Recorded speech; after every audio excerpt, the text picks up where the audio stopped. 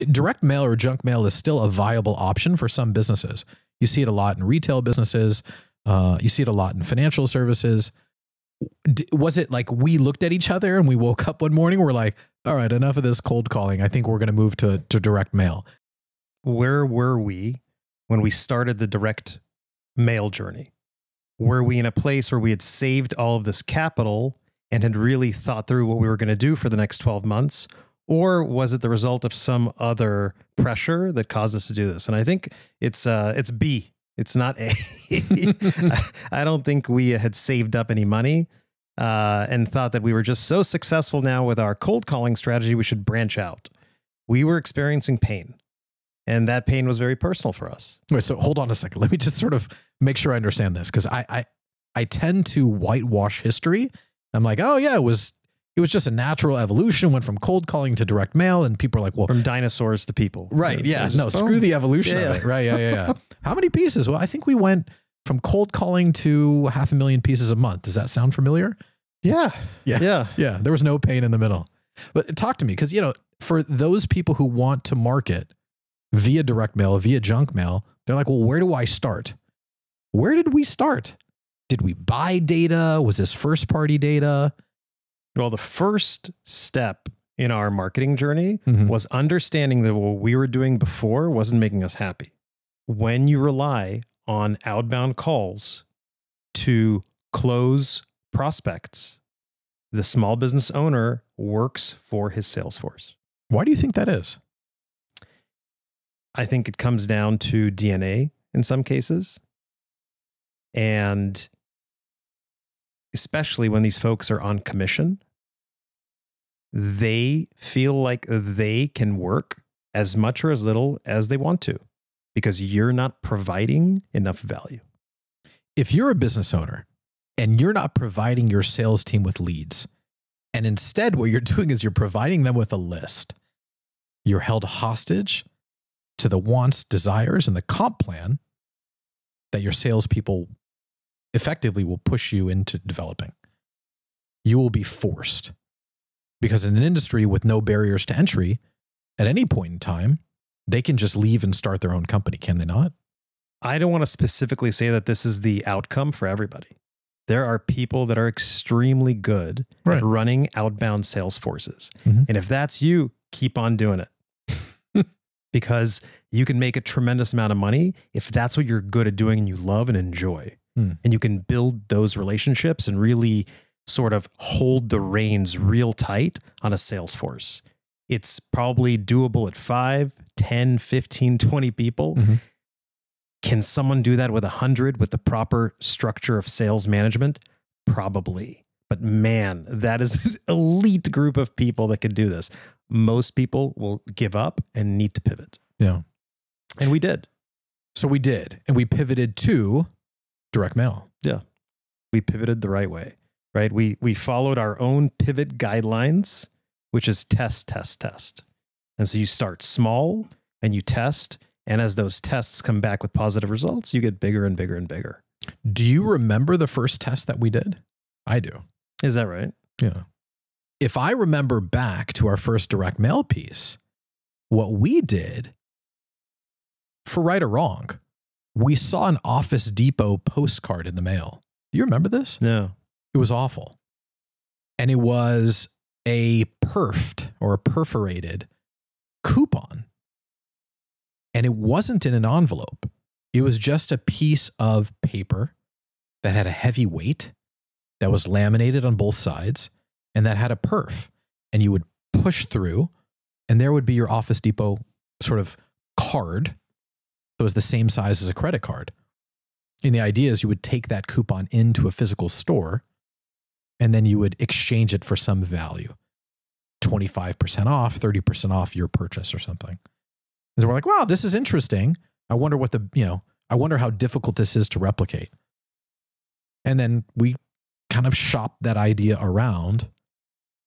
And what I can tell you, remembering back from the performance of that campaign, I'll never forget this, was it was advertising equipment financing in the middle of an economy in shambles. And there was zero ROAS. there was no return, 0 on that one mail piece. And I want to say it cost us $7,000. So it cost us $7,000 to learn that lesson. But not $500,000. Oh, we've lost that too. Yeah, just not on we the lost first 7. Yeah.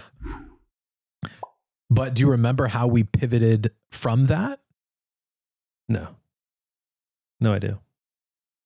I do. And it had a lot to do with looking at credit card offers in the mail and mimicking what credit card offers look like and designing envelopes. And we would call it royal versus junk. Right. We try to mimic credit card offers. And that mixed with advertising a different type of product ended us getting a return on ad spend. Or I shouldn't say a return on ad spend, a return on marketing. But it wasn't just looking at credit card offers. We were also looking at competitors' offers.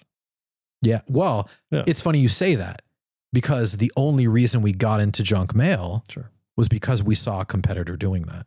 Yeah. So if you're running a small business, don't feel bad that you're mimicking or copying something one of your successful competitors is doing. Right. That's how America was built. Right. That's the process of sort of benevolent innovation, benevolent copycatting, right? Most of the first products aren't the best. Right.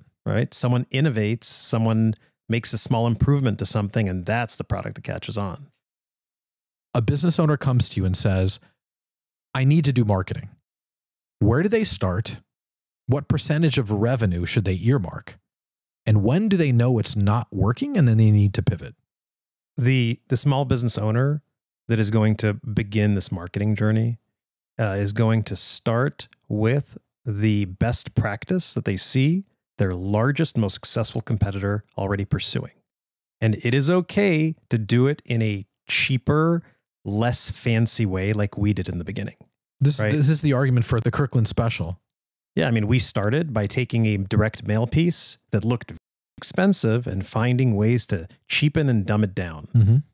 Thinner paper, I remember. Less of it, right? Fewer colors, no fancy thick card, maybe a paper card attached. We found so many ways to save money to be able to say that we tested this idea. Right. So look at what your competitors are doing and figure out how you can test doing the exact same thing. And that requires understanding where the data comes from, first and foremost, because coming up with a mail piece or a digital ad doesn't so much matter as much as understanding what the audience is for this piece of mail or a digital ad. So you better figure that out at the same time as you're figuring out the actual contents. And what percent of revenue should they earmark for this monthly marketing spend? I don't know. Percent of revenue is such a difficult thing. We're talking about businesses with $1 million or more in revenue. You know, we can talk about setting aside, 10 to 15% of your revenue maybe to do something like this. That's conservative. And that's a pretty small budget. Absolutely. Right? Yeah, it's not going to get you very far. But, we have a lot of people probably that are trying to figure this out that have $200,000, $300,000, $400,000 in revenue. Right. And when you start a business, make sure that you've got the capital allocated, knowing that you're going to have to do some direct marketing down the road, right? Don't leave that to chance, right? Don't leave that to your ability to say in 6 months, oh, this business is making enough money. Where am I going to cut? Oh, I'm going to cut my marketing budget. It's a terrible idea. Yeah. What's the one piece of advice about marketing that you wish you knew when you first started marketing? I think the one piece of advice as a small business owner that you need to know when you're starting out is which vendors to use to get your first marketing project out the door. Because once you have that information, you're armed with it, they will help you take the next step. And if you don't know where to look, right, you have to have that nailed down. Consider this your free lesson on direct mail. For more insightful tips and advice, I encourage you guys to go to www.jointhefraternity.com. The value that we're providing is incredible and outpaces this cost, 100 to 1. It is a community. So you're going to meet other business owners that have gone through the same trial and tribulations that you guys face, and they've figured out a way to kind of go through the obstacle. We don't need to go around it. Let's go through it. And if you're not sure if this specific advice applies to you because you do something else inside your business, you can book a one-on-one call and bring your marketing guy on the call. It's a great point. It's a great point. So we'll end there. Thank you guys for being a part of this episode. We will see you next time.